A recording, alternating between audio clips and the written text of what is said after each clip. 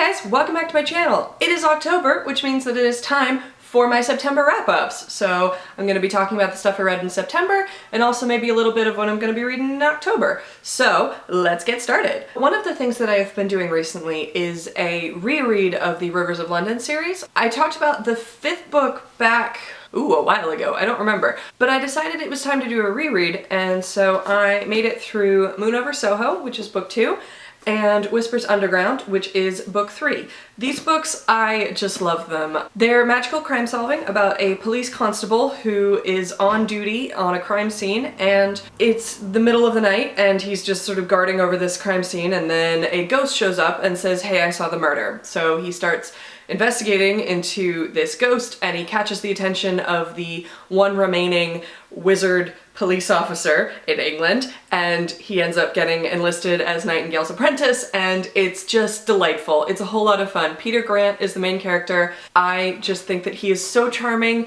He's really nerdy in a way that's believable, and also means that he just always wants to know things. Like, he's constantly getting distracted by like informational plaques on statues, and he just loves learning things, and I think that that's really rewarding in a character. And also it means that when he's learning magic, he often tries to do some experimentation, which doesn't always go well. And Nightingale is a really charming character. Also, he is, you know, the one remaining wizard, and he's been around for a very long time. And one thing that I really like about this series is that they managed to avoid the trope of the mentor who's just omnipotent and is just this fount of knowledge that he is imparting on his student. It's that Nightingale learned this at a school when he was a kid, which means that he has all of those sort of failings that you get when you learn something in school as a kid, where he'd be like, "Well, I know we learned the theory behind this, but I was distracted by rugby at the time, and I don't remember, and I thought I was gonna have time to look it up before you asked me this question."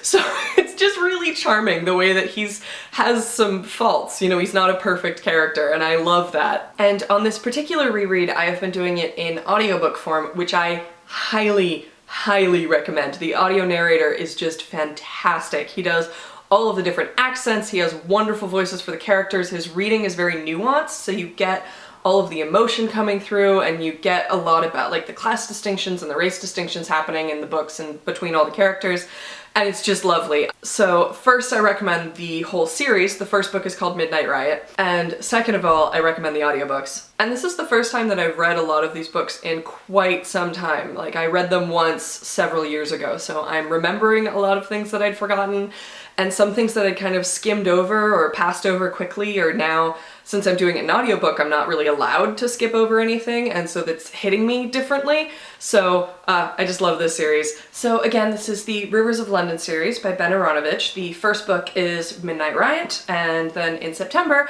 I made it through Moon Over Soho and Whispers Underground, which are books 2 and 3. The next 2 books that I read, I talked about in my last video about the September haul, so I'm maybe gonna move through them quickly. The first one is Everything Everything by Nicola Yoon. I have complicated feelings on this one, and I still think that in order to really talk about this book, I need to include a spoiler warning for the ending of the book, so I'm still planning on talking about this at length in another video that is just dedicated to this book. But it is about a girl who was diagnosed very young with that bubble boy syndrome. I don't remember the technical term for it, but basically it's where you have a severe immunodeficiency, and basically anything can trigger an attack, and you have to live in a very sterile environment. So she basically hasn't left the house in like 17 years. And the writing style of this is lovely. There's some really good emotion. There's a lot of personality in the narrative, but there's some things that I want to talk about that I don't think can be talked about right now. So Everything Everything by Nicola Yoon. Beautiful, but complicated and potentially problematic. The next one on here is Trouble is a Friend of Mine by Stephanie Tromley. Again, I talked about this in my September haul video. I'm still not sure how to talk about this one because I read it the same day that I bought it. I stayed up till 2 in the morning to finish it, but I'm still not sure that I liked it because Digby, one of the main characters, was just completely infuriating. He's dismissive, he's rude, he is kind of misogynistic, he treats the main character as if she is not really worth his time, and then suddenly he'll turn around and be like, but you're my only friend, and here's these cookies that I made for you, and please love me. And then he'll just go right back to insulting her, and it was kind of infuriating. But also the thriller slash mystery portion of it was fun, and it had a similar dynamic to Veronica Mars, which I loved that show, so I am kind of weak to that dynamic. And there are some moments where even when they're being kind of terrible, it's also really funny. So yeah, I don't know. It was engaging, kind of infuriating, but definitely captivated my attention enough that I read it really quickly. So it might do the same for you, and maybe you won't find Digby as infuriating as I did, and maybe it'll be worth it even if he is. But Trouble is a Friend of Mine by Stephanie Trombley, yeah, I don't know. The next book on here is one that I thought I wasn't actually gonna read, which is Confess by Colleen Hoover.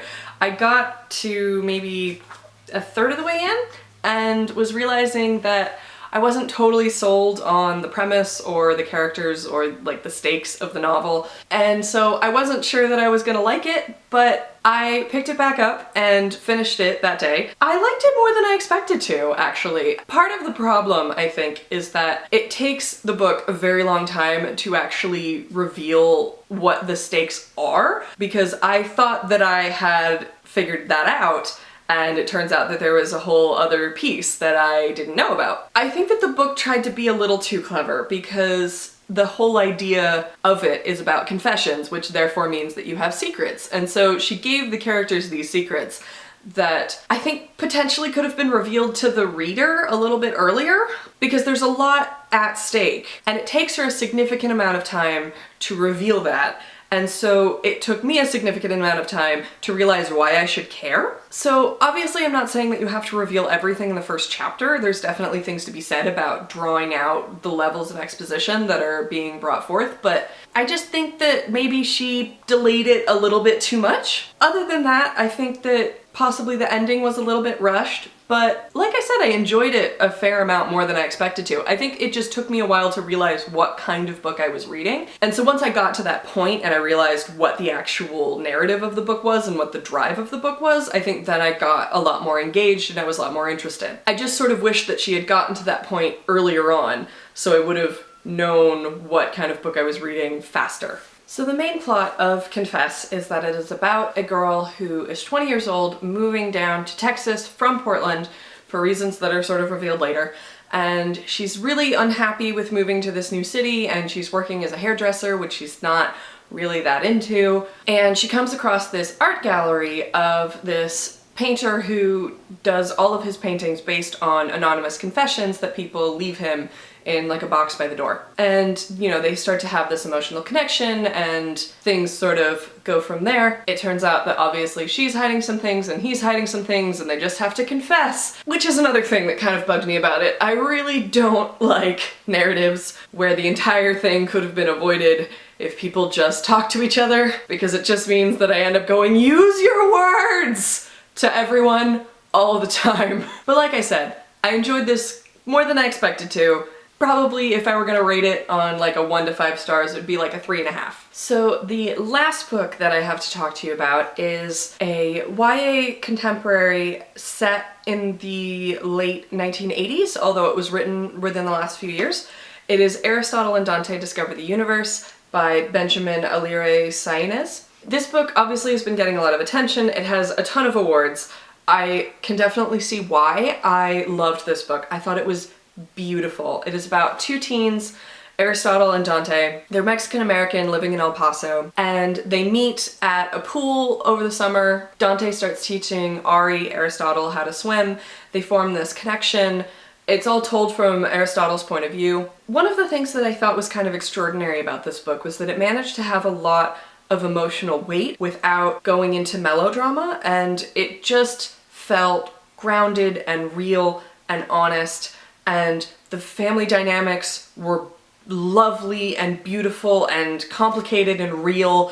It was a really honest portrayal of a very lonely teenager. And I think that that can sometimes be difficult to do because it ends up just coming across as spoiled or naive of like, oh, nobody understands me. But he didn't ever really seem to blame anyone for the fact that he was lonely, which I think is important. In some ways, this book is actually very quiet because there's not a ton of action, but there's a lot of introspection. And there's a lot of really quiet moments that end up sort of building to something larger. Anyway, I picked this book up and couldn't put it down until it was done, basically. So I just thought it was lovely and had a lot of weight to it. So that is everything for the books that I read in September. In terms of things that I'm going to be reading in October, I realized recently that if I want to finish the Pop Sugar 50 book reading challenge on time, I need to get a move on because I am pretty far behind.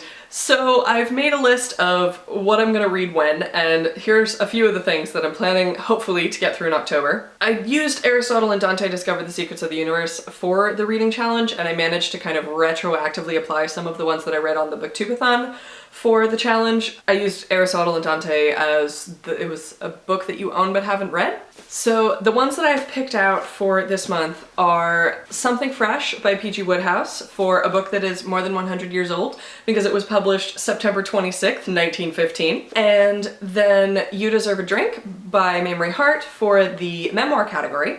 And Cleopatra by Stacy Schiff for the nonfiction. I hopefully will be able to get through all of these. I'm also probably going to be reading Peter Pan for a book that was turned into a movie, since a movie's coming out this year, and I really didn't want to read The Maze Runner or The Martian.